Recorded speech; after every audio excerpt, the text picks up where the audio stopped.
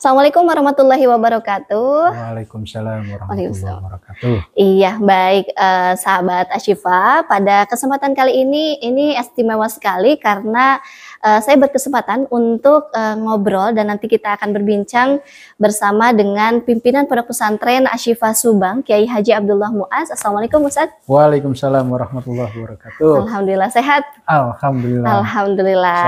Sehat. Fresh, segar bugar, ceria, semangat. Luar biasa, Allahu Akbar. Ya, mohon izin Kiai, Ya, pada enggak. kesempatan kali ini kita khususnya saya gitu ya, mewakili masyarakat gitu ya, teman-teman sahabat Ashifa ingin sedikit berbincang nih, khususnya juga ingin apa ya, brainstorming lah dengan Kiai ini mengenai isu-isu terkini atau boleh. Nah, kesempatan kali ini juga ada beberapa hal yang ingin kita bahas begitu, sahabat. Dan ini juga muncul pertanyaan-pertanyaan karena sering berseliweran juga nih. Ada opini-opini yang terdengar gitu ya, bisik-bisik dari masyarakat. Nah, ini saya juga mau langsung bahas juga nih bersama dengan Kiai gitu ya. Nah, sebelumnya saya juga mau ngobrol dulu nih, Kiai pada waktu-waktu ini lagi sibuk apa? Kemudian kegiatannya seberapa padatnya sih? Ya, pertama di tahun yang sama 2022 kita langsung 4 sekolah baru, bayangin coba. Masya Allah. Ada Sanawiyah di Segala Herang, ada Aliyah Segala Herang, ada STQ di Jalan Cagak, baru satu prodi kita udah dapat izinnya. Kemudian satu lagi sekolah entrepreneur. Jadi dalam 1 tahun ada 4 sekolah langsung launching. Ya kebayang lah kira-kira sibuknya. Masya Allah. Nah itu dia, karena sibuknya Kiai ini makanya jadi kesempatan yang langka juga nih bisa ngobrol bincang-bincang nih. Alhamdulillah. Dan ya karena saya juga paham nih begitu padatnya jadwal Kiai ini, kita akan ngobrol sedikit saja tapi mudah-mudahan ini akan bermanfaat dan nanti juga teman-teman atau sahabat semua bisa mengambil hikmah-hikmah ataupun juga nilai-nilai yang bisa kita terapkan gitu ya. Nah ini sedikit nih, akhir-akhir ini kan Kiai sering juga berbicara kalau di taklim ataupun di momen-momen khusus gitu ya kepegawaian ini berbicara soal materialistis gitu ya. Nah Kiai, bagaimana materialisme ini seperti yang membuat cemas gitu Kiai, atau apa yang Kiai rasakan gitu? Pertama ya karena tahu, udah baca, udah mendengar pendapat para ahli sosiolog, antropolog tentang bahayanya paham materialisme. Yang kedua karena Ashifa sudah mulai jadi korban juga gitu. Korban dalam hal apa nih? Boleh dalam hal didefinisikan? Orang menggunakan segala cara untuk mendapatkan uang dari Ashifa dengan cara memfitnah, dan menfitnahnya itu nggak tanggung-tanggung begitu. Sesuatu yang tidak pernah kita lakukan sama sekali gitu ya, terus kita dituduh terus minta uang gitu ya, kita nggak mau lah. Kalau dia minta uang baik-baik bukan karena itu ya mungkin kita berikan. Tapi karena kita dituduh itu ya kita nggak bisa. Itu contoh saja, difitnah ujungnya minta uang gitu. Tapi persoalan ceritanya kita nggak tahu menau gitu. Jadi orang yang tahu tuh kadang cemas, kayak misalnya ozon menipis. Kan yang ribut cuma yang tahu doang. Orang yang nggak tahu mah tenang-tenang aja, kan, gitu ya. Waktu saya ke jalan-jalan ke Magetan lewat, waktu itu masih zaman dahulu lewat Sarangan. Itu jarang sekali orang dulu zaman dulu tuh lewat berani begitu. Nah, karena saya nggak tahu, sampai di sana saya ditegur kenapa nekat. Ya orang nggak tahu kan gitu. Jadi orang yang tahu itu biasanya makin cemas. Nah, begitu saya baca dari pendapat para ahli begitu dahsyatnya nilai materialisme, maka saya ikut cemas hari ini. Dan kebetulan jadi objek juga, makin cemas lagi. Nah, emangnya seberapa berat dampaknya? Seperti apa sih dampak beratnya materialisme gitu? Kiai, boleh dijelasin ke kita semua nih? Ya, paling ujung aja dulu ya, saya jelaskan nanti baru mundur ya. Ya, dampaknya adalah orang akan menggunakan segala cara untuk mendapatkannya gitu kan. Untuk mendapatkan harta, wanita, tahta, Toyota dan sebagainya, orang akan mendapatkan akan menggunakan segala cara untuk mendapatkannya. Membunuh, memfitnah, ngeri gitu ya. Ya baru-baru ini kan kita tahulah ada berita-berita yang serem banget gitu ya. Itu kan soal materi semua gitu. Bahkan kalau kita telusuri sejarah manusia dari belakang, dari zaman dahulu, ya mulai dari anak Adam itu kan juga rebutan istri seolah-olah gitu ya. Pertarungan adalah rebutan hak milik. rebutan materi seperti itu. Cirinya nih, ciri dari materialisme sendiri itu seperti apa sih? Allah sudah sebutkan di dalam surat Al-Baqarah ayat 55 itu, ciri yang pertama itu adalah dia tidak percaya dengan yang gaib, percaya dengan panca indera. Apa yang dilihat, apa yang didengar, apa yang dirasakan, apa yang disentuh, apa yang dicicipi dengan lidah dan sebagainya, baru dia percaya. Kalau enggak percaya gitu. Misalnya Allah sebutkan dalam surat Al-Baqarah ayat 55, di situ jelas Fir'aun dan pengikutnya sangat mempunyai sifat materialisme. Mereka berkata, wahai Musa, wa idh qultum ya Musa lan nu'mina laka hatta narallaha jahra. Wahai Musa, kami tidak mau percaya kepada Tuhanmu kecuali kami sudah buktikan melihat Tuhanmu dengan mata kepala sendiri, baru kami percaya. Tuh, itu namanya materialisme. Sehingga mereka nggak percaya dengan barang-barang yang gaib. Tuhan gaib, surga neraka gaib, akhirat gaib, siksa kubur gaib, nanti di atas nanti ada catatan amal gaib, ada timbangan gaib, ada jembatan gaib, malaikat gaib. Semua yang gaib nggak akan percaya. Kenapa? Karena dia hanya percaya dengan hal-hal yang sudah disentuh atau diraba, dilihat oleh panca indera gitu. Ya rugi juga kalau dia seperti itu, nanti ketika ya itu bisa tersesat begitu atau seperti apa, dan memang kerugian terbesarnya ini dari peradaban materialisme ini apa nih, Kiai? Kerugian terbesar adalah orientasi ya. Dalam surat 45 Al-Jasiyah ayat 24, wa qalu ma hiya illa hayatunad dunya. Mereka berkatakan kehidupan ini hanya di dunia saja, nggak ada kehidupan setelah kematian. Dianggap kita dongeng gitu kan, alah cerita-cerita ngibul lah, dianggap gitu, hoax dan sebagainya. Nah, karena dia tidak percaya dengan akhirat, dengan surga, dengan hari pembalasan, maka dia cita-citanya hanya di dunia. Apa cita di dunia? Makan, tidur, kawin, buang air, selesai. Makan, tidur, kawin, nggak lebih dari itu. Walladzina kafaru yatamatta'una wa ya'kuluna kama ta'kulul an'am. Mereka itu kata Allah dalam surat Muhammad ayat 12, kerjaannya cuma mikirin makan dan minum saja, persis seperti hewan. Jadi makan, tidur, kawin, buang air, selesai. Terus punya anak. Anaknya sekolah lagi, lulus, ijazah, kerja, dapat uang. Sudah dapat uang, makan, tidur, kawin, buang air, selesai. Melakukan hal yang sama ya. Nah, kalau udah begitu kan bahaya hidup manusia. Nggak jadi manusia lagi namanya. Karena makan, tidur, kawin itu hewan juga bisa, bebek juga bisa kan gitu ya. Nah, kemudian apa ya hubungannya dengan pesantren begitu, keberadaan pesantren dengan adanya peradaban materialisme ini apa? Nah, ini hubungannya dengan kasus dulu ya, dengan kasus bahwa ternyata ada orang yang sekolah karena ingin mendapatkan dunia. Kenapa kamu sekolah? Lulus. Kenapa lulus? Ijazah. Kenapa ijazah? Kerja. Kenapa kerja? Dapat uang. Terus dapat uang, makan, tidur, kawin. Ke situ lagi larinya. Nah, kita berharap dengan pesantren ini mereka tidak hanya sekedar diajarkan orientasi hidup di dunia saja, karena sulit membedakannya dengan binatang. Lagi pula sekian banyak orang yang belum terbalas kejahatan-kejahatannya gitu kan, penindasannya, korupsi banyak banget sampai triliun, tidak terbalas di dunia ini. Dah, apakah Allah jadi tidak adil gitu ya, orang-orang yang merugikan sekian banyak rakyat dan sebagainya? Pasti ada pembalasan.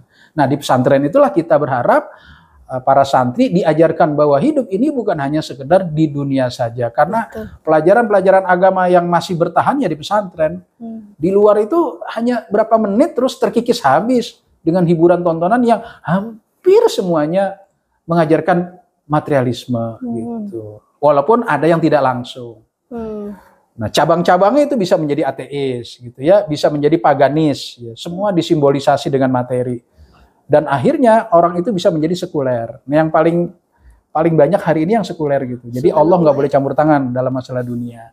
Agama nggak boleh campur tangan. Kalau kita bicara dunia, makan, minum, pakaian, pergaulan, ekonomi, sosial, budaya, pertahanan, keamanan, jangan bawa-bawa agama, jangan bawa-bawa Tuhan, jangan bawa-bawa kitab suci. Nah, itu bahayanya. Jadi agama tidak boleh campur tangan. Ya, ngeri juga nih apa ya image dari peradaban materialisme ini gitu ya. Nah, kemudian dari hal itu apa nih yang semestinya kita lakukan, atau mungkin solusi atau mungkin tindakan yang harusnya kita lakukan dalam hal membentengi ataupun menyikapi materialisme ini? Kalau di pesantren ya harus meninjau ulang kurikulum. Kita nggak boleh lagi ragu-ragu bahwa ada yang bermasalah nih dengan kurikulum pendidikan kita. Pasti itu. Karena di dalamnya harusnya materi-materi akidah mengajarkan keimanan kita kepada Tuhan itu bukan hanya sekedar di pelajaran agama harusnya. Betul. Dia masuk ke semua pelajaran, ke pelajaran fisika gitu. Siapa yang mengajarkan melahirkan energi dan sebagainya. Terus biologi, itu banyak sekali pelajaran-pelajaran tentang akidah, tentang kepercayaan, tentang keimanan kita pada Tuhan. Justru ada di pelajaran-pelajaran seperti itu. Berarti harus berani kita evaluasi total. Nah, kaitannya dengan kehidupan sehari-hari itu kan kurikulum ya. Sekarang kalau kita sebagai ayah dan bunda gitu ya, yang dirahmati oleh Allah, persoalannya adalah anak kita ini kan dikepung oleh media sosial di mana-mana. Hampir setiap saat tangan kita itu nggak lepas kecuali tidur gitu. Makan saja bisa sambil mencet-mencet, ya nggak? Betul. Nah, kata para peneliti bahwa di antara konten-konten yang jutaan jumlahnya, hanya 15% saja yang aman buat anak-anak. Gitu. Subhanallah. Nah, katakanlah yang 85% tidak semua bahaya, tapi mungkin saja ada yang sia-sia gitu. Jadi waktunya habis. Itu yang kita khawatirkan. Yang paling bahaya itu nilai-nilai materialisme itu masuk pelan-pelan, nggak langsung terang-terangan. Ateis misalnya, saudara-saudara Tuhan itu nggak ada, Tuhan itu dongeng, Tuhan itu bohong, jangan percaya. Bukan begitu cara masuk ateisme. Tapi ujung-ujungnya orang benci agama. Kita nggak sadar, kok nggak suka dengan agama. Alergi ngedengar kata-kata syariat gitu ya. Padahal udah ada bank muamalah, bank syariah gitu, ini syariah. Tapi ada orang yang makin takut dengar kata-kata syariah. Itu terbukti bahwa entah sekian persennya nilai materialisme yang cabangnya adalah ateisme udah mulai masuk ke setiap manusia. Saya melihat misalnya ada cerita singkat yang suka hiburan di sosmed ya. Seorang yang berteman dari SMA, yang satu pemabuk, gitu kan, yang satu rajin belajar, sama-sama lulus. Yang pemabuk ini jadi pengusaha, yang rajin belajar ini baru mulai nyari kerja. Terus ketika masuk tempat kerja, dia ketemu dengan teman lamanya. Wah, ternyata yang punya pengusaha itu teman lamanya yang dulu nggak pernah belajar, mabok kok jadi sukses gitu. Akhirnya dia, wah, keluar gua mabok kan gitu. Itu kan bahaya. Betul. Bahwa kalau gitu, pesan yang disampaikan dalam cerita itu bahwa sekolah itu untuk cari uang, sekolah itu untuk jadi pengusaha. Padahal dalam Islam bukan begitu. Sekolah itu untuk pinter, untuk kita ngerti segala sesuatu, mengerti sejarah hakikat. Orang itu menjadi punya pengetahuan yang luas. Soal penghasilan itu urusan belakangan. Bukan itu tujuan sekolah dalam ajaran Islam. Tetapi setiap saat kita diajarkan seperti itu, 24 jam penuh. Itu akan merasuk ke anak-anak kita. Kalau sekedar materialisme biasa, ujung-ujungnya jadi ya tadi sekuler. Tapi ada yang lebih bahaya dari sekuler, ateis gitu. Mereka udah nggak percaya lagi dengan Tuhan. Kalaupun menyebut Tuhan hanya sekedar seremonial basa-basi. Yang pada intinya semua apa yang disampaikan oleh Tuhan, wahyu-wahyu itu udah alergi. Nauzubillah. Nauzubillah min dzalik, subhanallah ya. Jadi memang ya itu ya, dari materialisme sendiri bisa ya menyesatkan kita tentunya, sudah pasti begitu ya. Dan tentunya mudah-mudahan kita semua juga selalu diberikan petunjuk oleh Allah Subhanahu wa taala, dan tentunya saya juga doakan Kiai ini mudah-mudahan selalu diberikan kesehatan, diberikan kekuatan dalam apa ya istilahnya melindungi atau tetap mempertahankan begitu lembaga yang Kiai pimpin ini, yang tentunya lembaga yang sudah besar. Banyak juga tadi ancaman-ancaman materialisme gitu ya dari luar ke kita. Mudah-mudahan juga Allah senantiasa menjaga kita semua. Saya mau ngajak merenung lagi nih, sedikit lagi. Kayaknya udah menutup ya, karena belum di closing. Oh gitu, masih ada juga. Sedikit closing. Cobalah kita renung kejadian akhir-akhir ini gitu ya. Ada peristiwa penegak hukum nembak penegak hukum lain gitu ya. Serem kan? Terus ada korupsi yang jumlahnya itu nggak tanggung-tanggung, triliunan-triliunan gitu. Ada berbagai macam kejahatan-kejahatan lagi, ngeracunin orang dan sebagainya. Itu kan ngeri banget ya. Coba renungkan. Tadi saya udah ambil dari anaknya Nabi Adam. Terus kita renungkan Perang Dunia Pertama, Perang Dunia Kedua. Kita renungkan lagi perang antar negara. Pasti rebutan materi. Perang antar negara, rebutan perbatasan. Perang dunia, rebutan daerah jajahan, rebutan pengaruh, rebutan lahan industri gitu ya. Perang preman, rebutan lahan parkir. Perang antar pelajar, rebutan cewek gitu ya. Sampai saudara kandung, coba. Saudara kandung bisa pecah, ini rebutan waris gitu. Kemudian pecah kongsi dagang, pecah perusahaan, rebutan saham.